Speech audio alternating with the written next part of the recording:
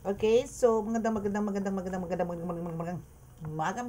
magandang hapon, magandang gabi sa inyo pong lahat. It's me again, Angel Whisper, ang inyo pong lingkod na magbibigay po ng mensahe sa inyo. Ngayon po is love reading tayo, but still, kukuha po tayo ng message ngayon kay God, sa mga Ascended Masters, Divine, Holy Spirit, Angels, Archangels, Ancestors, Spirit Guides, Ancestors, Universe, elementals, and syempre po sa mga animal spirits. Okay, so ngayon po is mag-ano tayo, magla-love reading tayo, and let's see kung may papasok po na spiritual, no? I mean, kung nai-spiritual ba kayo or yung mga atake kayo sa inyo pong relasyones. So, ito po is, kuha po tayo ng message ngayon sa person mo, kung ano na po ba yung mga nararamdaman niya sa iyo. Okay? So, titignan po natin, ha? And again, syempre po, bago po tayo mag-start, kailangan ko po muna syempre magpasalamat po sa lahat ng mga subscribers, sa mga mga new subscribers. Maraming salamat din po sa mga nagpa-book, lalo na po doon sa mga may mga problema po sa kanilang pag-iibigan, kanilang relasyon sa pamilya. Maraming salamat po. And again, ito po is gabay, no? Ito po sa araw-araw po ninyo. Gabay niyo po to sa inyo. Kung gagabay po to sa inyo, lalong-lalo na po doon sa mga uh, tipong mga nakakakita, nakakaamoy, nakakarinig, yan, mga ganyan. Yung tipong bukas po ang third eye, no? So, ito po is para po sa inyo to. Sa mga unti-unti rin po nakakakita, mga ganyan, nasa spiritual awakening, ito po sa inyo po to. Sa mga new healers, ito rin po is para sa inyo. Okay? And syempre, doon po sa mga inaatake, no? So like, mga kinukulam, binabarang, ginagayuma, ito rin po is para sa inyo. Magsiserve po kasi to as your parang pinaka guide, no? Kung ano po yung mga dapat, kung ano yung mga nararamdaman, ano yung mga nakikita. So, minsan po meron po tayo mga ganong readings. Okay? Okay, so, teka, tabi ko lang tong majubis na ano kanina. Okay, so ngayon po is love reading tayo, no? So, sa mga makaka-resonate po at hindi pa po nakaka-subscribe, please click nyo po ang subscribe button, paki-like and share na rin po, at paki-click na rin po ang notification bell para po updated kayo lagi sa ating reading. Sa kada upload, no, even pagka naka-live po ako yan para updated po kayo. Okay, dog. And again, ito po yung ating oil, no? Meron po tayong malaki and meron din po tayong maliit. No? Ayan. So, ito po is pwede po lagay sa packet actually. Pero, pwede rin po to as parang lalagay nyo rin po sa bag, ganyan. No? Or sa altar, yan. So, this is, ano po na yung Divine Mercy. Okay, so yan po is panggamot at pangotra po sa mga kulam, barang, lason, usog, gayuma, yan. So, the best po yan. And sa mga physical din po na karamdaman, pwede po yan. And ito po is edible, meaning pwede po siyang inumin. No? Lalo na po kung meron kayo something talagang mabigat, no, na atake po, no. Actually, ito po is nire-recommend ko po yan after the healing, no, para po yan na po yung magsisilbi yung parang maintenance po para totally ma-cleanse po kayo. Okay? And again, sa mga medallions din po, meron din po. Kaso hindi ko na po na-flex. No, hindi ko na po ma-flex. Pero meron naman po kasi akong videos dyan. No? So, kung saan po kayo na-attract, yun na lang po ang kunin ninyo. No? Hindi naman po. Nagre-recommend lang po ako ng mga medallions pagka-healer po talaga. Kung ano po yung mga gusto nilang pandepensa, pampalakas po lalo, no? Sa kombate especially. So, yun po sa mga healers po. Sa mga baguhan. Okay? So, yun na po natin. Actually, ito na po pinrepair kong card, no? So, kukuha po tayo ng message dito kung ano po ba ang mensahe sa inyo na inyong person. Okay?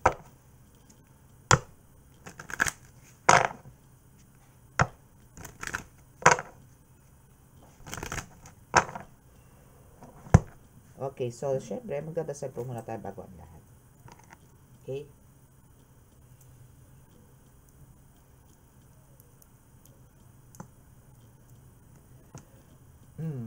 Mahal na Diyos sa basa langit, mahal na Kristo, mahal na Birheng Maria, mahal na Santo Niño, pakibasbasan po rin napakalalakas sa kapangyarihan, banal na dugo, banal na ngal, banal na espiritu, mga cards na ito para po makapagbigay ng mensahe sa akin po mga tagapanood, lalong-lalo na po sa mga may pinagdadaanan po sa mga relasyon or sa pamilya.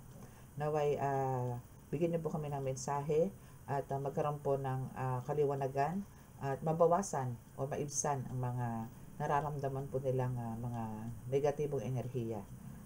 At ako po yung patuloy na nanalangin na kami po inyong patuloy na iligtas sa anong kapahamakan, disgrasya sa kuna at ibang klase ng karamdaman na tukso at bigyan po ng kagalingan lahat ng may karamdaman.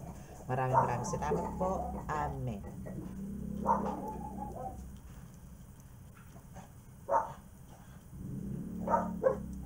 Okay. So, let's start.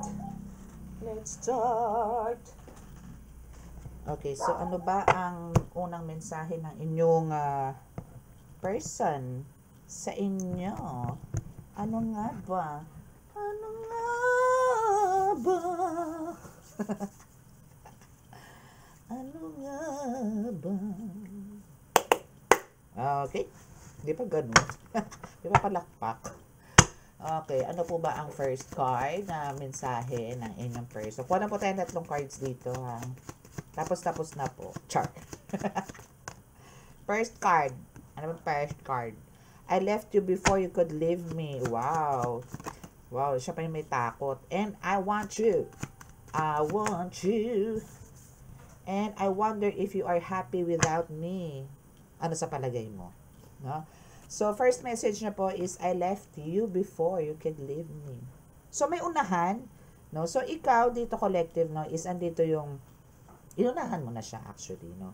Inunahan mo na siya in a way na actually hindi, message nga pala to ng person mo, sorry. So, andito yung person mo na parang siya na yung umiiwas, no? Or siya na yung lumalayo bago mo siya iwan. Siguro parang na rin masaktan. Or maybe may nararamdaman itong something na parang pinahihiwatig mo na rin na pero this time is andito yung siya na yung gumawa ng moves para talagang hindi siya ma-hurt. For example, is talagang andito rin magkaroon ka ng final decision na iwan na siya, no? But your person says, I want you. Okay, so gusto ko pa rin niya syempre. Kailangan ka niya lang ba? No? Paano yung love? Diba? Paano yung love? No? So, andito yung kailangan ka niya. I want you. Yan ang kanyang sinabi. And I wonder if you are happy without me. Ano ba sa palagay mo? Ano ba sa palagay mo? I wonder if you're happy without me. Magiging masaya ka ba if ever? No? Na kung halimbawa siya ay mawala talaga, no? Well, sasagutin natin yan mamaya, no? Kukuha naman tayo ng message from you, letter. Okay? So, let's see kung ano pa. Kuha tayo dito ng 5 cards. Then, kuha na pa tayo sa ibang cards. Okay? So, we both know I am not the one for you. So, alam niyo palang pareho na hindi pala siya dapat sa'yo. No? Or aminado rin tong person na to na hindi siya para sa'yo. Maybe meron kayong mga hindi pagkakaunawaan or meron kayong mga hindi na pagkakasunduan. No? Siguro ngayon lang or maybe from the very first place. Pero kung ganun kasing from the very first place kayo is ganito na ang treatment nyo sa isa't isa or pakiramdam nyo sa isa't isa is for some of you, hindi naman ito magtatagal. No? Talaga magkakaroon na ito ng hiwalayan ever. No? But, andito naman yung parang you'll try to parang mag-work out, no? Kahit na parang may mga nararanasan kayo mga gano'n. No? So, andito yung you're fighting. I mean, andito yung inaayos nyo yung mga gusot. No, mga tipong ganun. So, I look, Bisaya. Okay, so, I look for you everywhere. O, diba, nakikita ka na, ka-espiritu, napapakita na kung saan-saan. So, ganun. So, ito, nakukonsensya na sa mga pinagagawa niya kabalbalan sa buhay. Okay, so, yon. So, nakikita ka na niya kahit saan. Siguro, nasa mall, nasa workplace siya, nasa CR siya, nasa kalsada siya, so nakakita ka na niya. No, parang kang spirito. Na lagi ka na nakikita, ganon. No, maybe meron itong ginagawang kabalbalan talaga. No? So, you came closer than anyone. Parang, hindi naman sila di-disregard mo siya or ini-ignore, no? Pero andito yung parang, mas nabibigyan mo ng attention daw ang iba kaysa sa kanya. Parang tipong ganon. So, naghihimutok China ang iyong person, Chi. Ganun. So, you speak to me through music. Oh, so nagpaparamdam siya. Nagpaparamdam ka sa pamamagitan ng mga kanta-kanta. No? So, doon yung message, no? Message mo sa kanya. No? So, itong person mo is andito naman ninanamnam naman niya yung mga lyrics. So, ganun. So, gano'n na lang ang buhay niya, no? Parang hanggang pakiramdam na lang siya. Siguro nangangagat ka, no? Kaya hindi ka, siguro hindi ka, gusto ka niya i-approach, pero andito yung, iniiwasan niya ang magkaroon ng tension, or magkaroon ng, alam niyo, diskusyonan, no? That's why andito yung, ano na lang, better to be quiet na nga lang daw, ganun. Okay? So, now is, yun na, parang namimiss ka rin niya. So, sa pamamagitan ng music, and yun nga, makita kung saan-saan. Yun na lang parang inaalala ka na rin niya sa ganun. Parang through that, hindi ka na makakalimutan.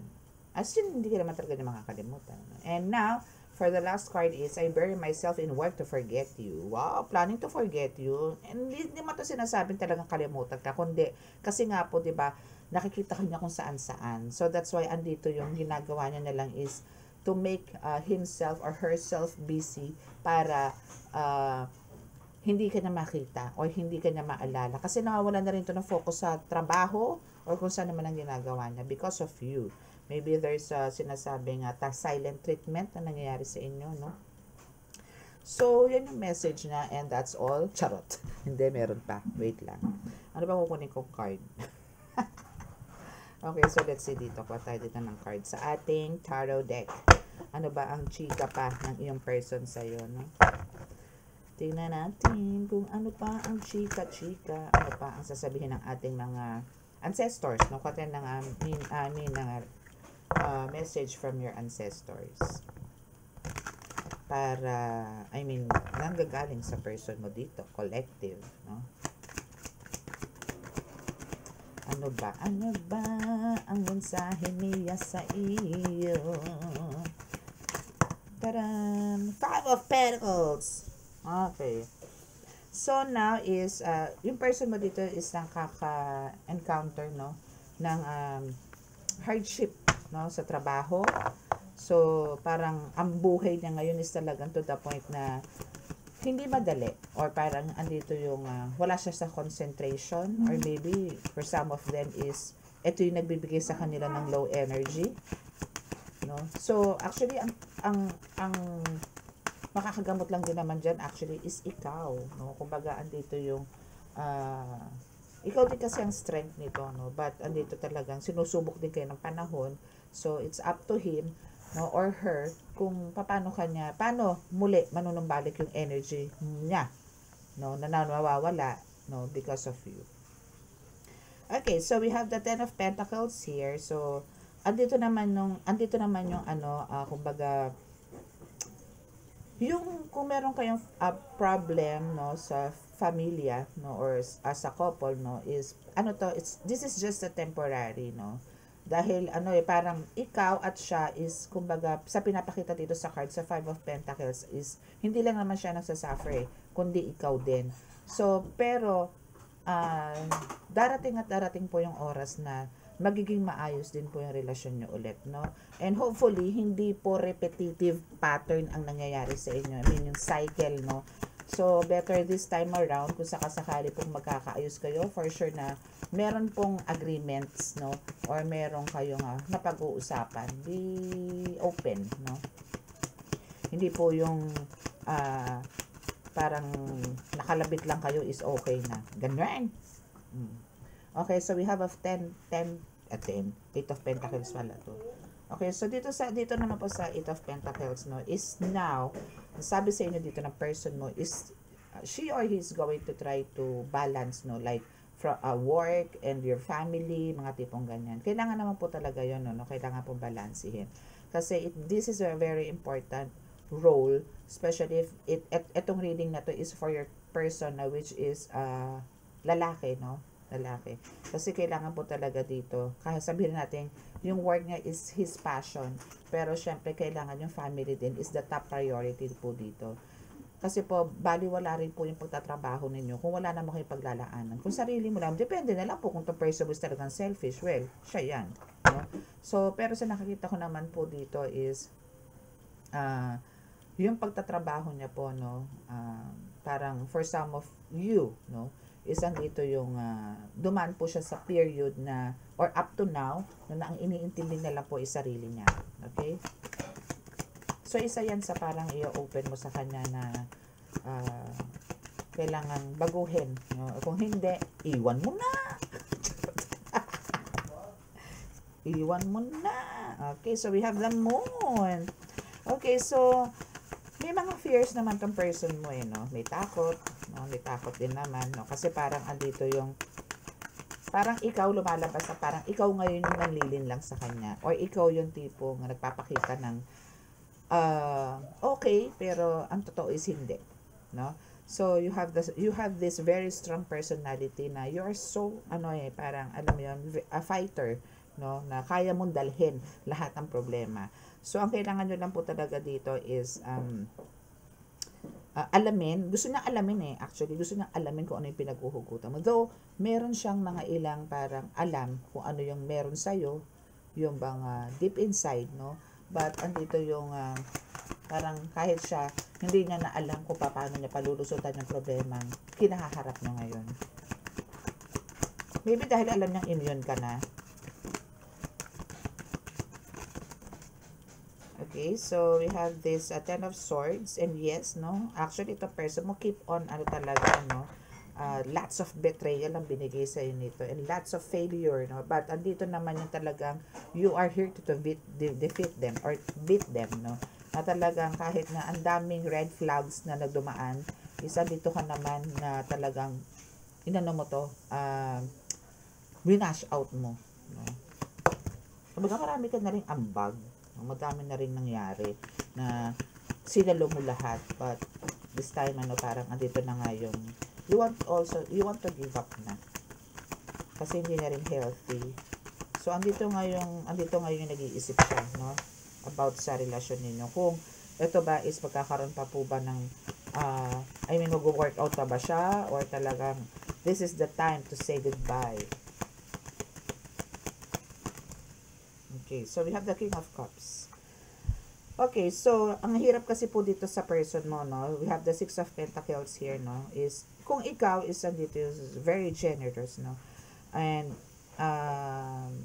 talagang giver ka, kabaligtaran siya siya yung binibigyan mo and ikaw is wala ka na papala. Ganon, you are too generous, no, sa lahat, hindi lang naman dito sa person mo, pero yung person mo is kabaligtaran mo. Siya yung ganon, ikaw naman yung ganon. Okay?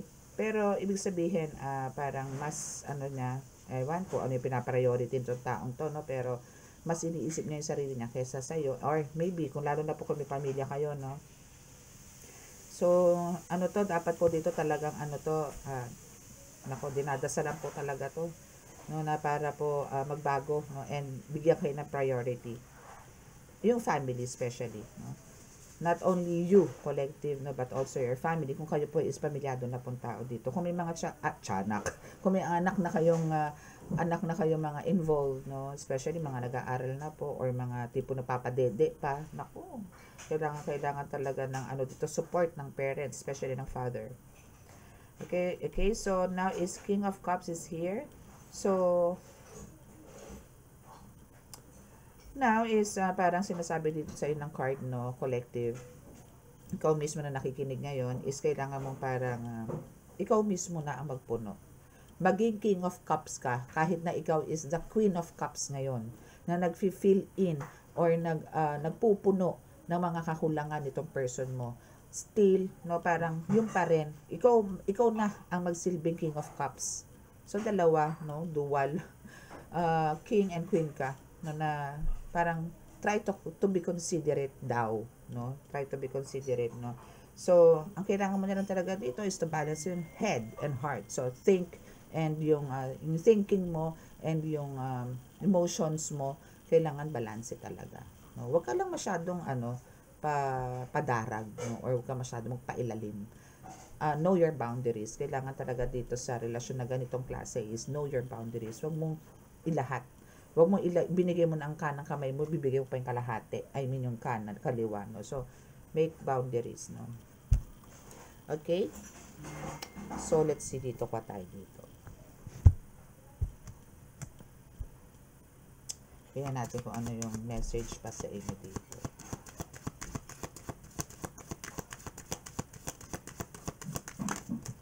Okay, first card.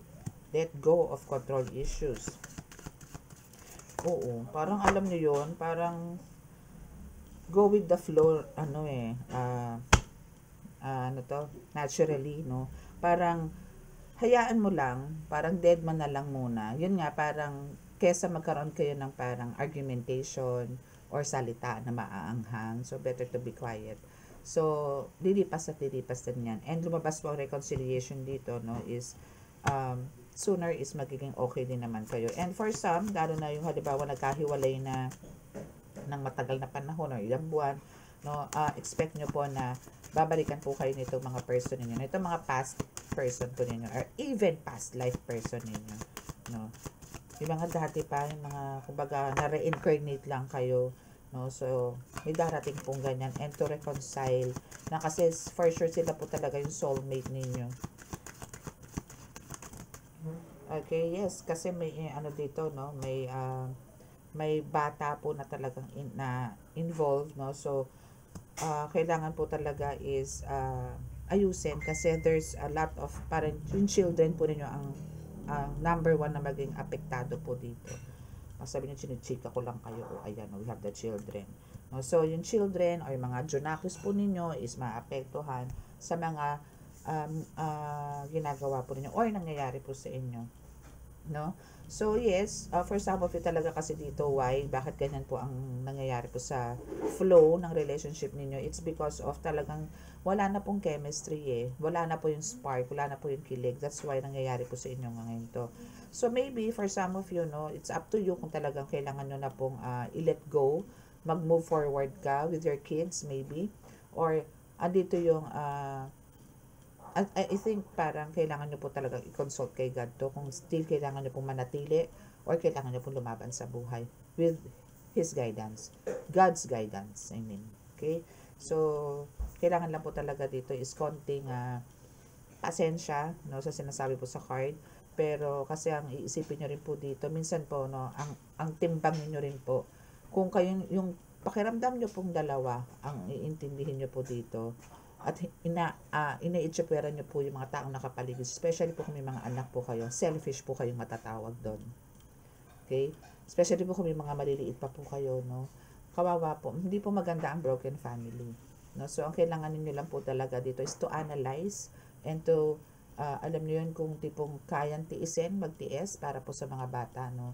Mayroon po mga iba na sinasabi na aanhin ko yung asawa kong ganito, kahit na 10 na ang anak, no? Pero ganito naman ang trato sa akin. Ganito. Ba't pinaabot mo ng 10? Ba't pinaabot mo ng 6? Pinaabot mo ng 3, no? Ganyan na pala ugali niya. So, magtiis ka. Okay?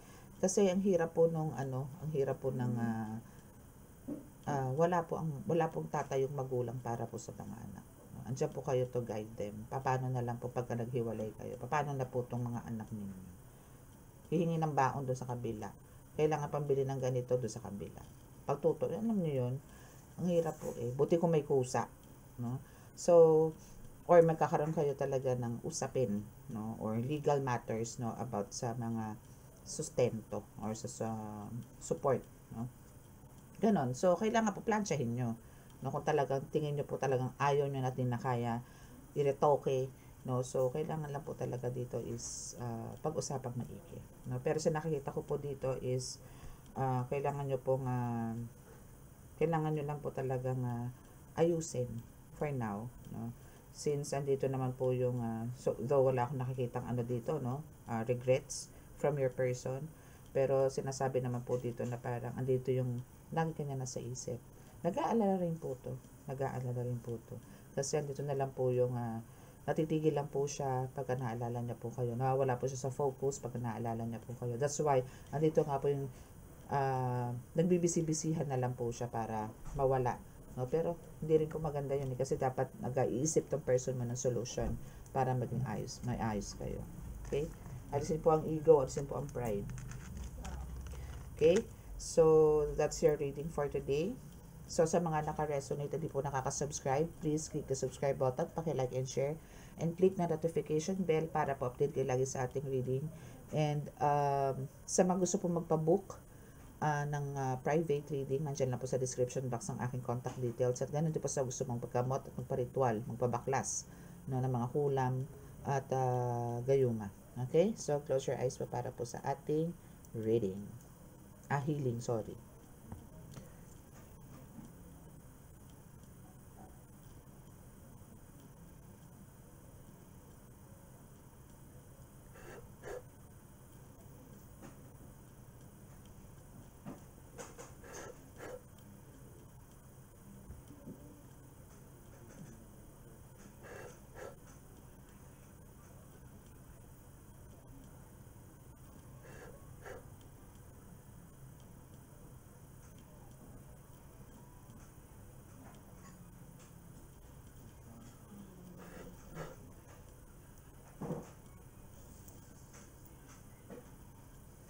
Okay, so maraming salamat po. God bless us all and love, peace, and hope. Bye!